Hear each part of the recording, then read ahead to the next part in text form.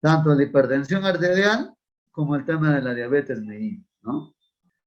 A todo esto, ¿por qué tocamos estos temas? Los tocamos porque se convierten en factores de riesgo para complicaciones de la COVID-19. Aparte que su prevalencia cada vez es mucho más alta, es decir, que hay mucha más frecuencia de personas que tienen hipertensión arterial y que tienen diabetes mellitus. Es por eso que tocamos básicamente este tema. Ajá. Entonces, ¿qué es la hipertensión arterial? La hipertensión arterial es una enfermedad crónica, no es una enfermedad que vaya a curarse, en pocas palabras. Es una enfermedad que sí tiene tratamiento, que estabiliza la presión, pero no la cura. ¿Qué quiero decir? Que no es que van a tomar su medicación unos meses, 2 meses y ya no, ya doctor, ya me sané. No, uno no se cura de esta enfermedad, es crónica. Requiere asistencia médica continua de por vida, educación del paciente y de su familia, para que comprendan la enfermedad, las medidas de prevención y el tratamiento con el fin de responsabilizarse para alcanzar las metas de tratamiento y prevenir o retardar el desarrollo de complicaciones agudas o crónicas. En pocas palabras, como yo siempre les he dicho, estas dos enfermedades son dos enfermedades traicioneras. ¿Por qué son traicioneras, doctor? Porque no dan síntomas. Entonces, el trabajador viene a pasar su examen médico ocupacional, pasa el examen médico ocupacional y le dicen que es hipertenso, lo mandan al cardiólogo. Listo, y el trabajador dice, ah, esos doctores están locos, si a mí no me duele mi cabeza, no se me hinchan las piernas, no me pasa nada, ¿no? Entonces, ¿por qué motivo es que me dicen que yo estoy mal? Si yo estoy bien, ¿no? Entonces, la hipertensión arterial no da síntomas iniciales. El problema de la hipertensión arterial es que nos va a comenzar a dar síntomas cuando ya dañó algún órgano blanco. ¿A qué le decimos un órgano blanco? A los riñones, al hígado, al cerebro, a los ojos, ¿no? Entonces, por eso llegar a una detección temprana del tema de la hipertensión arterial, ¿ya? La hipertensión arterial es el factor de riesgo más importante para la enfermedad cardio y cerebrovascular, y a medida se asocia a otros factores de riesgo bien conocidos como la elevación de lípidos, ¿no? La hipertrigliceridemia, la colesterolemia, la obesidad, el tabaquismo, la diabetes y la inactividad física, el sedentarismo básicamente, ¿no? Pero existen factores de riesgo para ser hipertenso. Uno es la edad. Mientras más edad, más riesgo hay de ser hipertenso. ¿Y en qué edad arranca este riesgo más o menos? A partir de los 35 años de edad, ¿ya? El consumo de sodio. Hablamos de consumo de sodio al consumo de sal. Mientras más sal consuma, más probabilidad de tener una hipertensión arterial también. La obesidad es directamente proporcional. El perímetro abdominal, el índice de masa corporal, el peso, mientras más tengas, más probabilidad de ser hipertenso. Es que es una cosa lógica, ¿no? Es como que yo hubiera sido diseñado para hacer una mototaxi y me pongo una tolva de una combi, ¿no? Pareceré combi externamente, pero mi motorcito ha sido diseñado para hacer mototaxi. El motor agarra y comienza simple y llanamente sobreesforzarse y por ende mi presión arterial sube, ¿ya? Es por eso que es muy importante que mantengan valores de peso dentro de los rangos normales. Niveles de actividad física, el sedentarismo, lógicamente, mientras menos actividad física haga, mientras más tiempo esté sentado, cada vez que haga un poco de actividad física, mi presión arterial va a subir. Entonces, yo radico en Satipo, no hago nada de deporte, a las justas voy en carro desde mi casa hasta la oficina, y vuelvo desde la oficina a mi casa en carro, en camino solamente lo que va de la calle hasta mi oficina. Ese señor viene a Huancayo y su presión está altísima. ¿Por qué? Porque no hace nada de actividad física y no acostumbra a su organismo que su presión deba mantener ciertos valores, ¿no? La herencia, si ambos mayor si ambos padres son hipertensos, ¿ah? ¿Qué quiere decir esto? Que si tu mamá es hipertensa, ¿tú vas a ser hipertenso? No necesariamente. Si tu papá es hipertenso, ¿tú vas a ser hipertenso? No necesariamente. Si tu papá y tu mamá son hipertensos, ¿tú vas a ser hipertenso? Hay mucha probabilidad, pero no necesariamente lo vas a hacer. Pero si adicional a que tus padres son hipertensos, consumes mucha sal en tu dieta, eres obeso, no haces actividad física, tu riesgo sube, ¿no? Otra de las cosas es el tabaco, el hecho de fumar cigarrillos, por lo menos un cigarrillo por día diario o durante el último año, condiciona que una persona pueda ser hipertensa. Y la raza también, pues, ¿no? No se encuentran asociados a los hispanos, sí a los afroamericanos. O sea, la gente de raza negra tiene más propensión a ser hipertensa. Entonces, estos factores de riesgo, la mayoría son modificables. El único que no es modificable, ¿cuál es? La herencia y la edad del paciente. Pero el consumo de sodio yo lo puedo disminuir. El peso yo lo puedo bajar. La actividad física yo lo puedo incrementar. El hecho de fumar yo lo puedo quitar. Entonces, si se dan cuenta, la mayor parte de factores de riesgo para ver el tema de hipertensión arterial es trabajable. Entonces, la idea es que nos pongamos las pilas y disminuyamos factores de riesgo.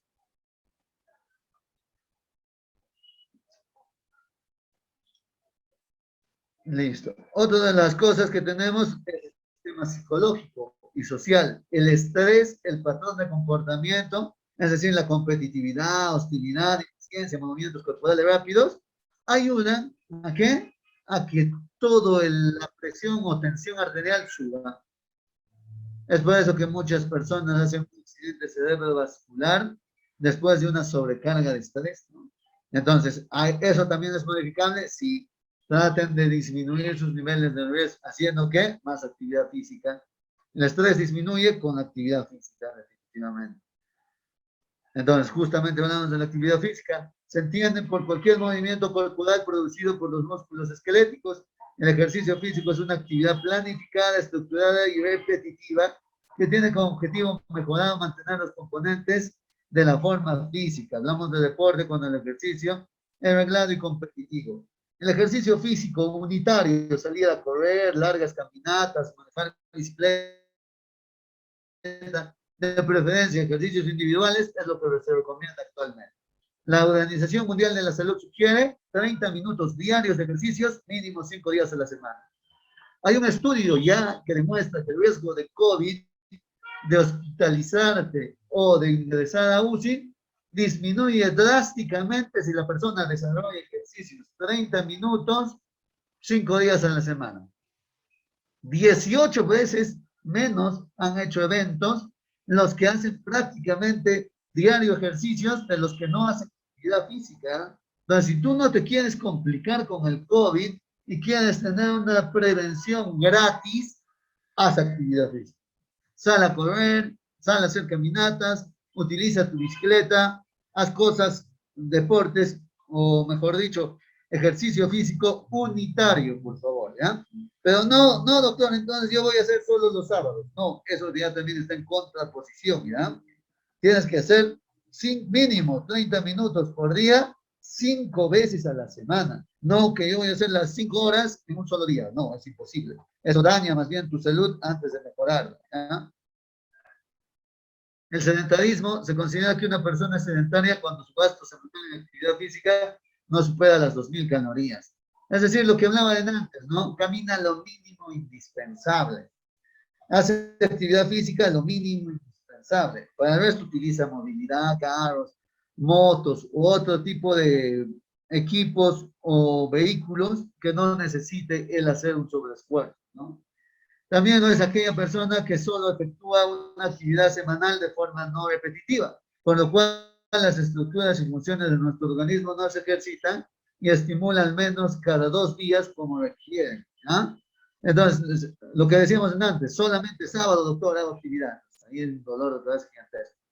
Menos de 30 minutos diarios de ejercicio regular y menos de 3 días a la semana. Lo que hablábamos de antes, si no haces actividad física, el riesgo se incrementa. La ingesta de sodio y la ingesta de sal. Con la restricción del consumo de sal, existe una tendencia a la disminución de las cifras de la presión arterial, tanto diastólica como sistólica.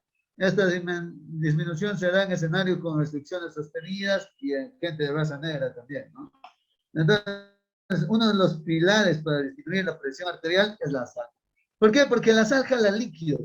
Entonces, mientras más sal consuma, voy a retener más líquido y mi presión va a subir.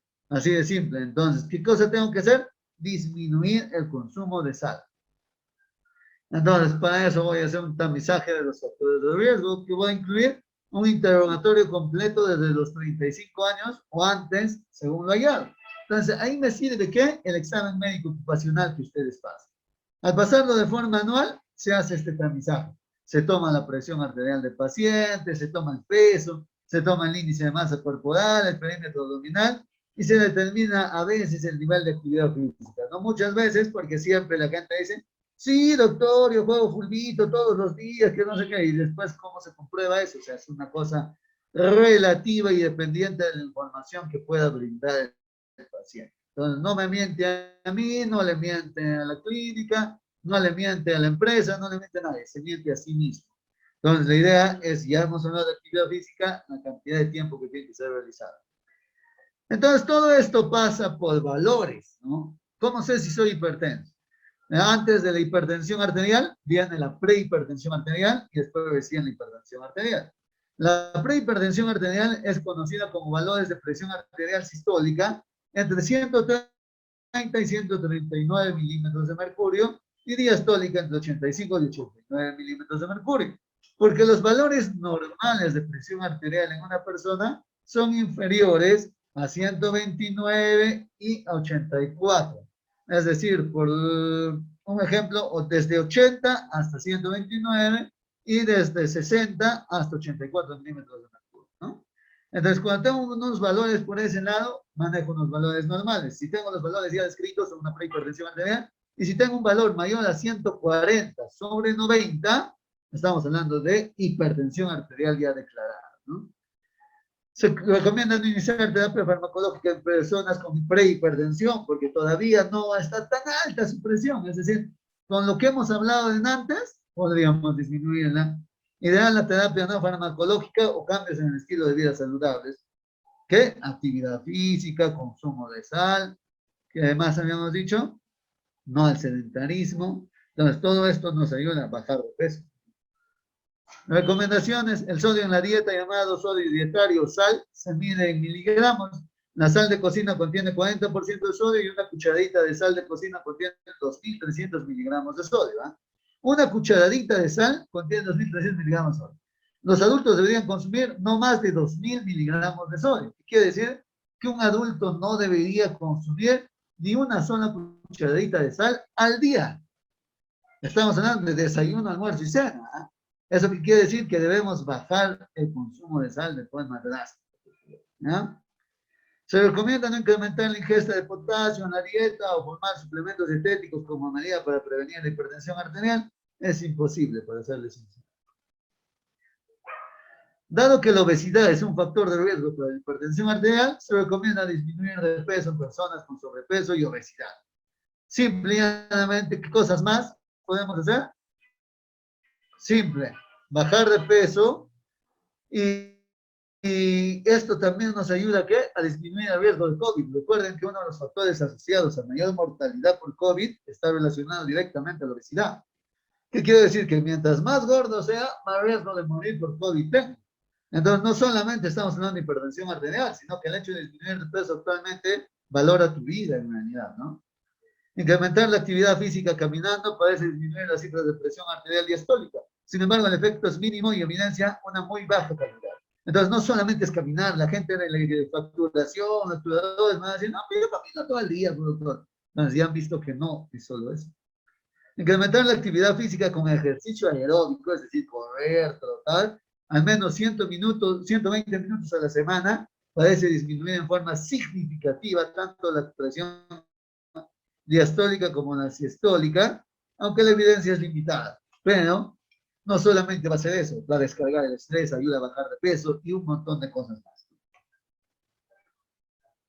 La sospecha clínica, los factores de riesgo nos van a llevar a un diagnóstico. El uso del método automatizado por intervalos variables, intervalos físicos en 24 horas, es el MAPA, es el monitoreo de monitoreo ambulatorio de presión arterial. Esto nos sirve para diagnosticar, entonces, en los casos que se hayan valores mayores a 140 sobre, o 159, de 90 a 99, preferirse confirmar el diagnóstico utilizando MAPA. ¿Por qué? Porque son presiones incipientes y entonces ahí no solamente es tomar la presión de inicio, sino monitorizarlo en todo el día, ¿ya? Se recomienda en los pacientes con hipertensión arterial en ausencia de contraindicaciones francas iniciar tratamiento farmacológico. ¿Por qué? Porque muchas veces el médico cardiólogo que se le deriva le da pastillas. Sigamos. Entonces, como decíamos, entonces, la idea ahí ya no es reclamar a nadie, no voy a poder reclamar a nadie porque no he tomado mi medicación, no tomé y me tomé la chicha morada, no le voy a reclamar a mi vecino, a mi cuñado, ni a nadie, ¿no? Entonces, por favor, si ya necesitaron o ya comenzaron tratamiento farmacológico, tomen. No lo dejen absolutamente nunca. ¿Por qué? Porque no te va a hacer daño. Es como echarle una cucharadita más de azúcar a tu taza, qué sé yo, ¿no? Es algo normal, pero sí te va a garantizar un tiempo de supervivencia mucho mejor, ¿ya? Y ahora pasando a la otra enfermedad que se habla de la diabetes mellitus, vamos a ver ella, ¿no? La diabetes mellitus es un conjunto de trastornos metabólicos que afectan a diferentes órganos y tejidos y se caracterizan por un aumento de los niveles de glucosa en la sangre. Es decir, voy a pasar mi examen médico ocupacional y que encuentro un exceso de glucosa. Es decir, un volumen mayor a 126 miligramos por decilitro de glucosa en ayunas, ¿no? La causa principal, la baja producción de la hormona insulina, es decir, que tu páncreas comience a fallar y ya la insulina, abundante cantidad de glucosa, tiene también mucho riesgo de ser diabetes mellitus, ¿no? Sus síntomas, le decimos las 4 P's, ¿no? Poliuria, polifagia, polidipsia y pérdida de peso. Poliuria, que orines muchas veces al día y con mucha frecuencia. Polifagia, que comas, que tengas demasiado apetito. Polidipsia, que tengas demasiada sed y que además de todo eso comienzas a perder el peso. Pero que si yo como un montón, tomo un montón porque estoy flaquito. Puede ser, ojo, un síntoma de la diabetes mellitus. Pero esto se da ya a largo plazo, ¿eh? Porque a corto plazo ni cuenta se dan que sus niveles de glucosa están altísimos, para ser sincero. Entonces, cuando ya tienes todos estos síntomas, es que ya la enfermedad tiene un cierto tiempo ya en tu organismo, ¿ya? Los tipos de diabetes, existen 2 tipos. La diabetes mellitus tipo 1 se presenta mayoritariamente en gente joven, en niños, en jóvenes. Se caracteriza por la nula producción de insulina y es un defecto orgánico netamente. El páncreas no produce insulina y se suele diagnosticar antes de los 30 años, ¿no? Pero afecta a un poco porcentaje de personas a nivel mundial. Entonces, la diabetes de personas jóvenes. La diabetes tipo 2 se caracteriza por un déficit relativo de producción de insulina y una deficiente utilización periférica por los tejidos de la glucosa o resistencia a la insulina. Se desarrolla a medida en etapas adultas de la vida y es muy frecuente asociado con la obesidad. La diabetes tipo 2 representa el 80 a 90% de todos los pacientes diabéticos. Entonces, si ya eres mayorcito, eres obeso, consumes muchos azúcares y todo esto, lo más probable es que tengas una diabetes tipo 2. Y también existe la diabetes gestacional, ¿no? Que se da en personas que están embarazadas y que muchas veces responden espontáneamente cuando ya la persona dio a luz. Otros tipos de diabetes menores son tipo 3A, ya son factores genéticos, factores mucho más específicos. Tenemos el tema del diagnóstico, cómo se hace, como les decía, con un dosaje de sangre. Cuando pasan su examen médico ocupacional, si su glucosa está mayor o igual a 126, ya nos habla de una diabetes mellitus en ayunas, y si yo he comido, tiene que ser mayor o igual a 200 miligramos por decilitro, ¿ya? Entonces, eso con respecto al tema de la diabetes mellitus, ¿no? Un minuto, por favor. El tratamiento también no es, pues, masticar coca, no es un montón de cosas que la gente les va a decir. Simple y llanamente, ya existe una cantidad de medicamentos, como pueden ver en esta diapositiva, ¿no? Iguanidas, fonurias, inhibidores de la alfa-glucosidasa, insulina. Va a depender de tu médico endocrinólogo lo que te vaya a dejar, sinceramente. Pero a lo que no queremos que llegues es a esto, a las complicaciones de la diabetes, de que llegues a tener un daño de vasos sanguíneos, a que llegues a tener un daño de nervios periféricos, a que tengas un pie diabético y te tengan que amputar uno de los pies, cosa que les pasa frecuentemente a los diabéticos, a que tengas un daño de retina y termines quedándote ciego por el tema de tu diabetes. Es decir, es una causa de ceguera el tema de ser diabético, ¿eh? Daño renal, que dañes tus riñones, que dañes tu hígado, que dañes tus vasos sanguíneos, que entres hasta un coma diabético, que te desmayes, que tengas daños a la piel. Habrán visto la piel oscura de la gente que es diabética, ¿no? Y que se desarrolle también con piña una hipertensión arterial. Entonces, la dieta en la diabetes tiene que tener alimentos muy convenientes, son los que contienen mucha agua y pueden comerse libremente. Alimentos convenientes son los alimentos que pueden ser consumidos por la persona diabética sin exceder los niveles de glucosa marcados por el nutricionista. Alimentos inconvenientes son carbohidratos o harinas simples como el azúcar. Es decir, el azúcar prácticamente lo tienen que quitar de su dieta un diabético. También son inconvenientes la grasa de origen animal. Como debe ser en horario de las comidas, hay que comer cada 3 o 4 horas, o la alimentación fraccionada, poquito, ya que de esta manera se evita una hipoglucemia, que es la de otro lado.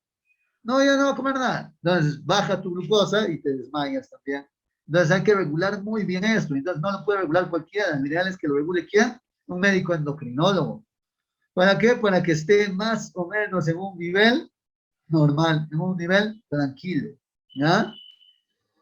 Eso es básicamente lo que queríamos hablar el día de hoy con respecto a lo que vendría a ser hipertensión arterial y diabetes mellitus.